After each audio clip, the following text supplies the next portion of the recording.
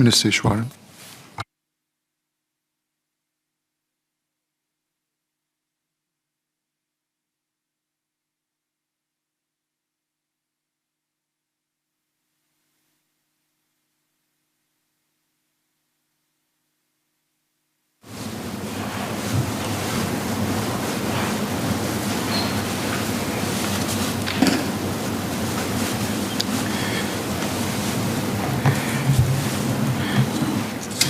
Mr. Chairman, I would like to thank all members for their questions and suggestions for my ministry, which SMS Amy Kaur, SMS Ji Hong Tat, SPS Bayang King, and I will endeavor to address. Sir, connectivity is the lifeblood of Singapore. We depend on our transportation links, domestic and international, for our lives and our livelihoods. Hence, MOT's aim is to build a resilient, sustainable, and inclusive transport hub. I will focus my response to members' cuts on 4 themes. First, the recovery of our aviation hub. Second, our sustainability initiatives. Third, keeping land transport accessible and affordable. And fourth, creating good job opportunities in the transport sector. Let me start with the reopening of borders and aviation recovery, which Mr. Melvin Yong, Mr. Gan Thiam Poo, Ms. Po Lee San, Mr. Dennis Tan, and Mr. Raj Thomas have asked about. This is our immediate priority. Changi's air connectivity anchors the Singapore economy. Many companies choose to be in Singapore because they can easily reach their customers and suppliers in our region and beyond. To lose Changi's connectivity is to lose this key competitive advantage and our livelihoods that depend on it. In the early stages of the pandemic, we were faced with a stark and difficult trade-off between protecting public health and opening our borders. Fortunately, we are in a different situation today, thanks to a better understanding of the virus, well-established safe management measures, and high levels of vaccination in our population. Hence, we have been able to take careful and calibrated steps to reopen our borders. In early 2021, the passenger volumes were at 3% of pre-COVID levels. We introduced vaccinated travel lanes from September last year, barely 6 months ago, although it feels like a lifetime. Today, we have VTLs with 32 countries. These VTLs have enabled us to attain passenger volumes of about 15% of pre-COVID levels in December 2021. Flights at Changi have reached 38%, and city links are at 58%. Many have finally been able to reunite with family and friends abroad. We must sustain this momentum. Other aviation hubs like Dubai, Qatar, and Istanbul are already at up to 70% of their pre-COVID international passenger traffic. In our region, Malaysia, Vietnam, Thailand, and Philippines have announced plans to reopen their borders to all vaccinated travelers. In short, the world is learning to live with COVID. We now have the confidence and opportunity to move decisively. IATA forecasts that international passenger volumes in the Asia-Pacific will recover to about 40% of pre-COVID levels this year. We aim to restore Changi's passenger volumes to be at least 50% of pre-COVID levels in 2022. We are now in the first phase of this plan, launching VTLs with specific countries and regions. Just last week, we announced further VTLs with Vietnam, Greece, Malaysia, Indonesia, India, and Europe. The next phase will entail a more fundamental shift from vaccinated travel lanes to vaccinated, quarantine-free travel. Our aim is to allow all fully vaccinated travelers from countries and regions under the Ministry of Health's low-risk and general travel categories to enter Singapore without having to serve stay-home notice or quarantine. This will effectively reopen our borders to the rest of the world.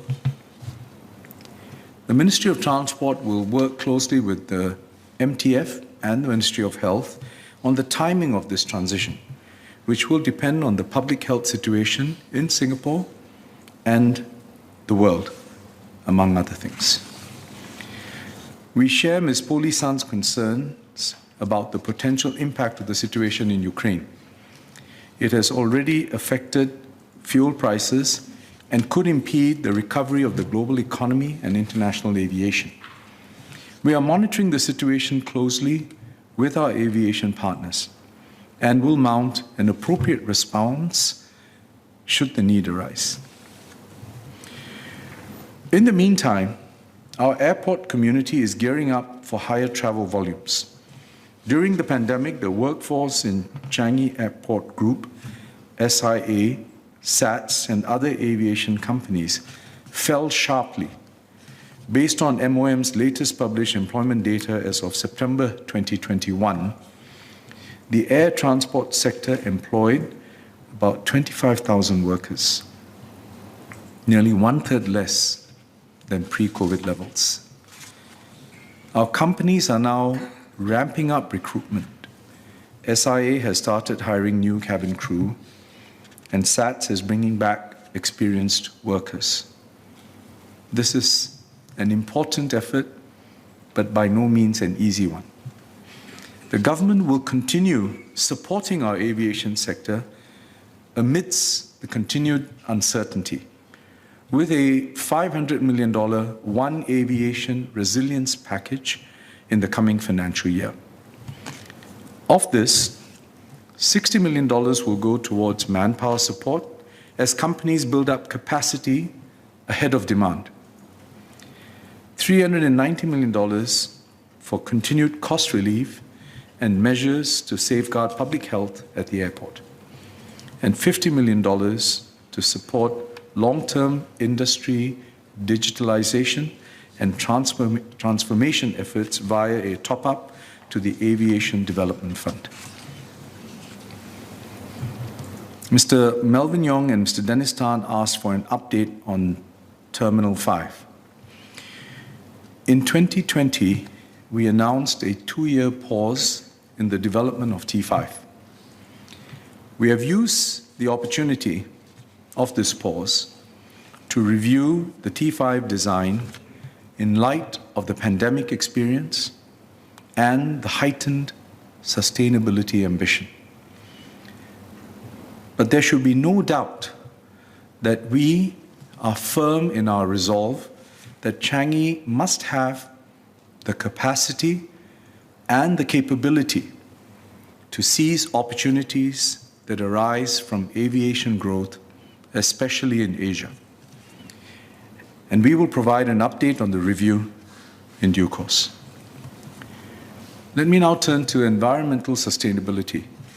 Yesterday, in the joint segment on the Singapore Green Plan, I announced our land transport emissions target and explained how vehicle electrification will contribute to that effort. Today, I will cover other sustainability initiatives in the transport sector. Let me begin with our aviation hub. Ms. Polisan asked about the Sustainable Air Hub Blueprint, which is key to Changi's future competitiveness. The blueprint will establish emissions reduction targets for 2030 and 2050, and the specific measures we will take at the airport, with airlines, and in air traffic management. All of these can contribute to a more sustainable air hub. Besides lowering emissions, it will also create new opportunities for Singaporeans in fields like data analytics and engineering. And the detailed plans will be announced in early 2023. Ms. Poh also asked how we will help aviation companies cope with increased business costs arising from carbon taxes, which would include higher electricity charges. The Ministry of Transport and CAAS are working with our aviation companies to adopt new technologies and other measures to enhance energy efficiency, reduce electricity usage, and lower carbon emissions, such as through the deployment of solar panels at the airport. I should add that our aviation enterprises should also view this as an opportunity to differentiate themselves and enhance their competitiveness, given the global focus on sustainability. In a similar vein, I would like to inform Mr. Dennis Tan that we are making significant efforts to build a sustainable maritime hub. International shipping accounts for about 3% of global greenhouse gas emissions. Maritime centers like Singapore can play a meaningful role in achieving the emissions targets set by the International Maritime Organization. As a follow-up to last year's recommendations of the International Advisory Panel for Maritime Decarbonization, MPA has held extensive consultations with the industry. This effort has culminated in the Maritime Singapore Decarbonization Blueprint, which I'm happy to launch today. Let me highlight three aspects of the blueprint.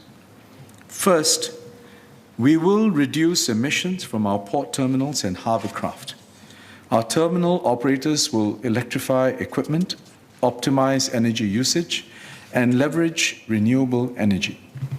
We aim to reduce emissions by at least 60% from 2005 levels by 2030 and achieve net zero emissions at our port terminals by 2050.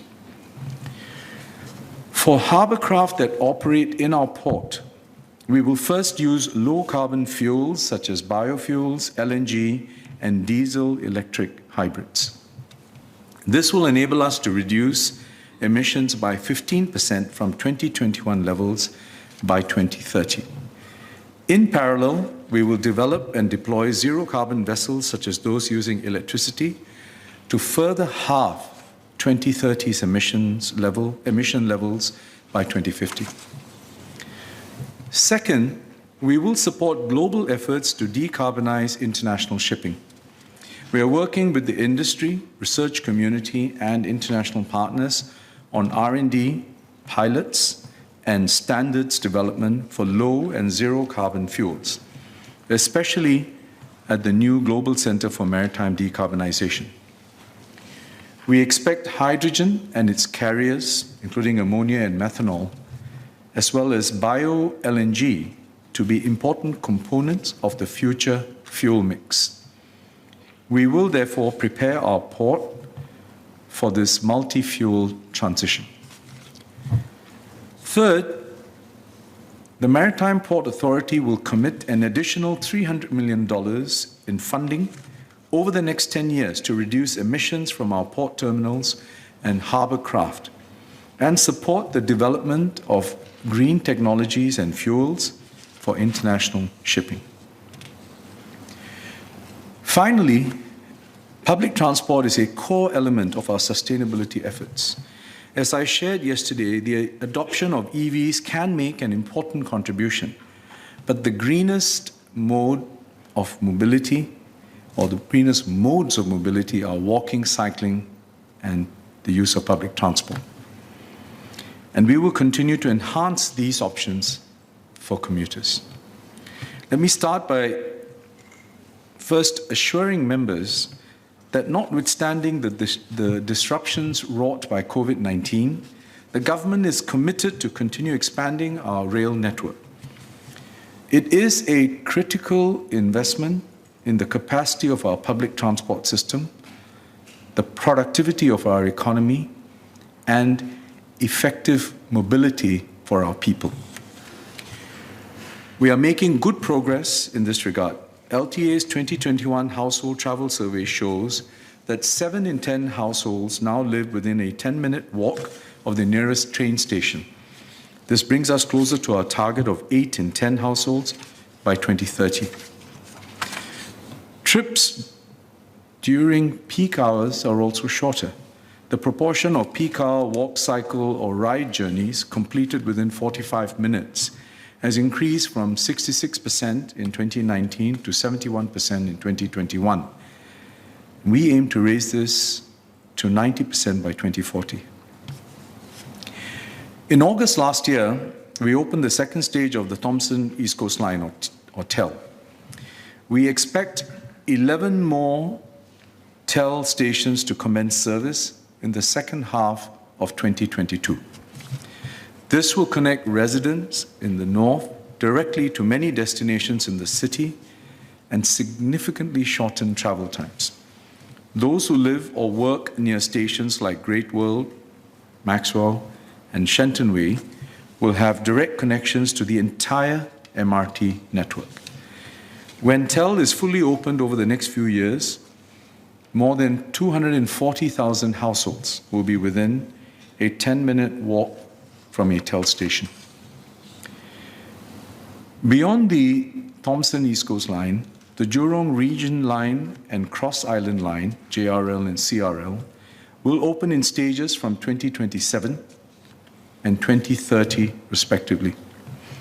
The JRL serves the northwestern part of Singapore, connecting towns like Choa Chu Kang, Tengah, and Jurong to Nanyang Technological University and the Jurong Innovation District. For CRL, we had earlier shared details about the first stage, comprising 12 stations from Aviation Park to Bright Hill, as well as the extension with 3 stations from Elias to Punggol. The second stage of the Cross Island Line will extend further west and run through areas such as Turf City, Sunset Way, Clementi, West Coast, and Jurong Lake District. We will release more details later this year. The Cross Island Line will have interchanges with all the radial lines, giving commuters more travel route options. A wider and denser network also strengthens resilience at the system level. When these lines are completed, we would have increased our rail network by 50% to 360 kilometers. The rail network is complemented by bus services. As we expand our public transport system and the asset and operating base grows, costs will inevitably rise. One way to sustain this growing network and manage costs is to optimize the provision of bus and rail services holistically at the system level. This may entail reallocating capacity and resources. SMSG will elaborate on how we seek to achieve this, with a focus on the overall benefit to commuters. Mr. Ang Wei Ning suggested giving discounts to encourage more off-peak travel. Indeed, this is another way to better utilize our existing public transport infrastructure. Today, commuters who tap in at any MRT or LRT station before 7:45 a.m. on weekdays, excluding public holidays, enjoy a discount of up to 50 cents. With changing work and travel patterns, we will continue to work with employers and study various options to smoothen peak demand. Some members, like Mr. Lim Biao Chuan, have pointed out that a high-quality public transport system must be resilient, yet affordable and accessible. The challenge is in striking the difficult but essential balance between quality, affordability, and financial sustainability of our public transport system over the long term. In particular, even as we manage increasing costs, we have always sought to keep public transport affordable for all Singaporeans, especially for vulnerable commuters like our seniors and persons with disabilities. Indeed, that is why we tilt public transport subsidies towards more vulnerable commuter segments. In addition, in the last two fare review exercises, for example, we set aside approximately $20 million a year in public transport vouchers to help defray the impact of the fare increase. Seniors and persons with disabilities from lower income households can benefit from this additional support. So when Associate Professor James Lim suggests making public transport free for seniors and persons with disability, we understand where he is coming from, yet don't necessarily agree with where he suggests we go. To address the member's proposal, it is worthwhile to first understand what we are already doing today and what his suggestions mean for commuters and taxpayers. Overall, the government spends more than $2 billion annually in subsidies for public transport commuters, about $1 billion for bus operations and $1 billion for train operations.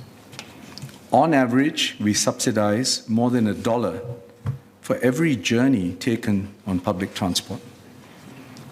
As of January this year, there are around 975,000 seniors and persons with disabilities who hold concession cards.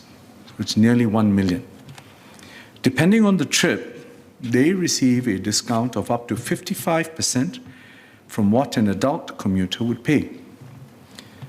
The member has estimated that his proposal will cost $300 to $400 million annually, which he has acknowledged has to be paid for by commuters or taxpayers.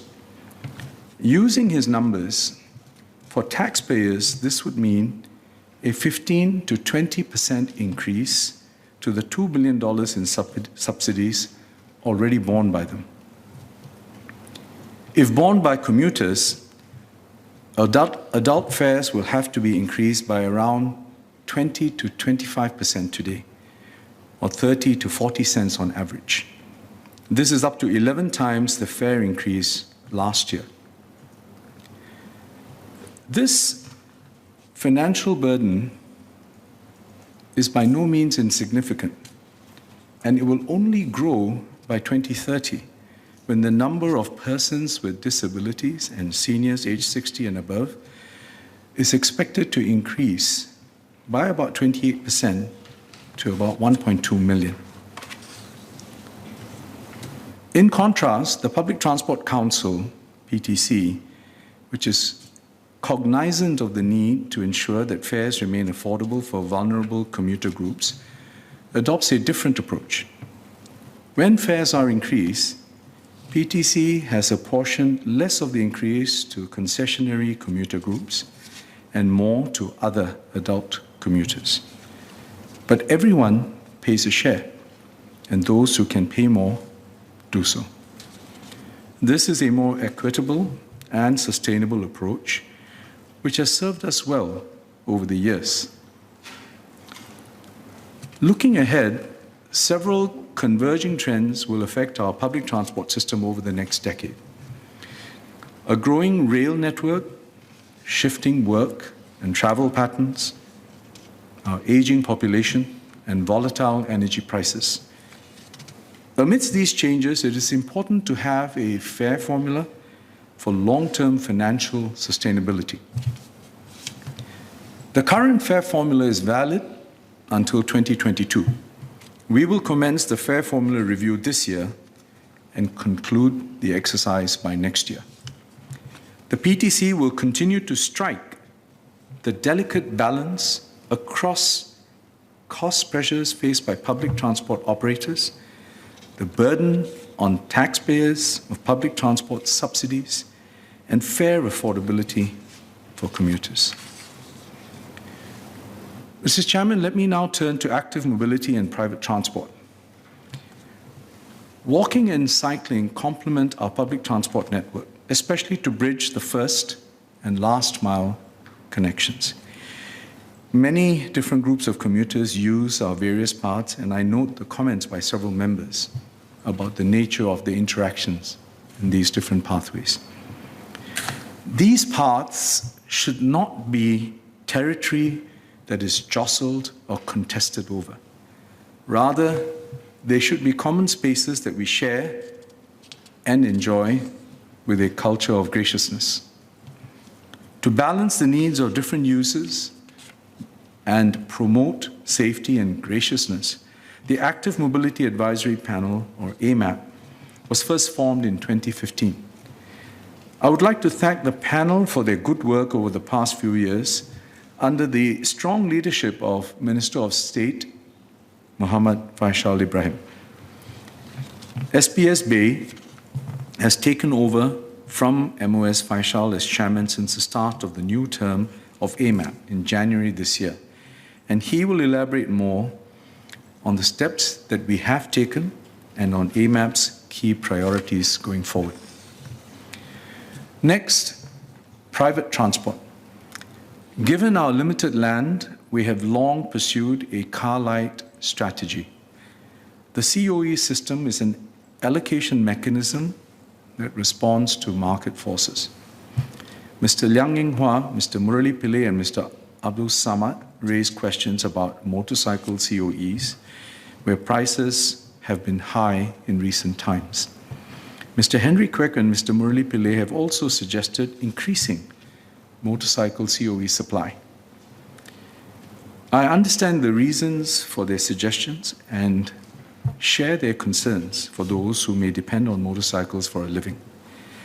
However, it is important to note that there has been strong and persistent demand for motorcycles.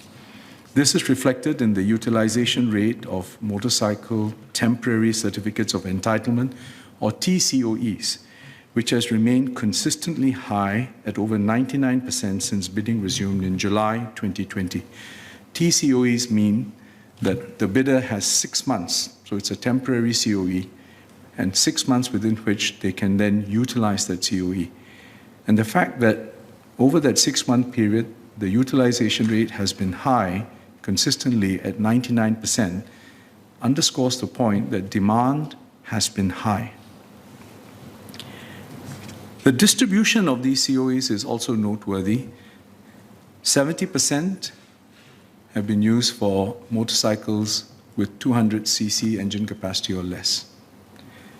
About 20% in the 200 to 400 range, and about 10% for more than 400cc.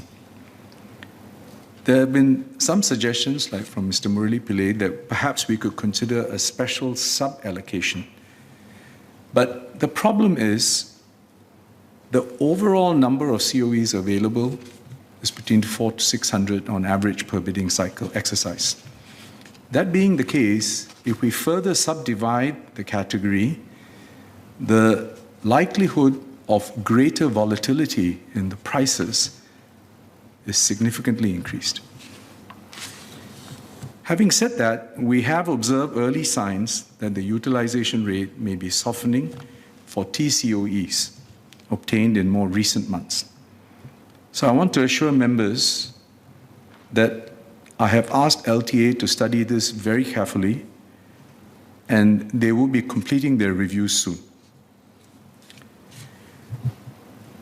Several members asked about job prospects and how we will develop local talent. Mr. Chairman, the changes I have outlined will need the support of our transport workers and unions. The past 2 years have been difficult for the entire transport community, especially for our frontline workers in our airport, seaport, and land transport system. With hard work and grit, they have kept Singapore connected. And I want to thank the entire transport community, especially our frontline transport workers, for their tenacity and forbearance in this most challenging of times. Beyond COVID-19, as we forge ahead with electrification, digitalization, and automation, I know that many of our workers in the workforce may be worried about their jobs and their future. Our commitment to you is that we will be with you every step of the way. We are working with the unions and employers, our tripartite partners, to ensure that you navigate this transition successfully. We will help you to upskill and retrain so that you can seize these new opportunities. SMS Core and SMS Chi will elaborate on how we will do this. Mr. Chairman, a resilient, sustainable, and inclusive transport network is essential for Singapore's survival and success, and to safeguard the lives and livelihoods of our people. Our world-class aviation hub, maritime center, and land transport network of today are the fruits of the labor of earlier generations who adapted to the challenges and needs of their times while planning and investing for the future. The critical decisions our transport pioneers made were not necessarily conventional wisdom of the time, nor were they self-evident. Building Changi Airport, betting on containerized shipping, constructing an MRT network, and introducing vehicle population control measures are just some examples. But with the passage of time and the benefit of hindsight, we can appreciate how their decisions, some even unpopular, position Singapore strategically for the future. In the same way, the responsibility now falls upon us to steward our world-class transport ecosystem, adapt it to the evolving circumstances and emerging trends, and ultimately pass on an even more resilient, sustainable, and inclusive transport hub to and for future generations of Singaporeans. Thank you.